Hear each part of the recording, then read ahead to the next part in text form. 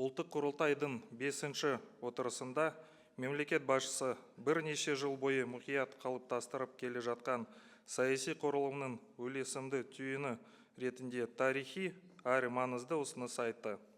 Президент бірқатар елдерде бар вице-президент институтын енгізуді ұсынды.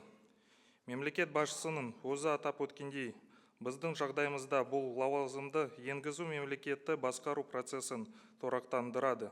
Сондай-ақ билік иерархиясын бір жол айқындап береді. Сонымен қатар реформалардың жаңа кезінде қоғам дамуының барлық мәселесіне қатысты тұрақты жалпы ұлттық диалог жүргізу үшін ауқымды платформа ретінде Қазақстанның халық кеңесін құру ұсынылды.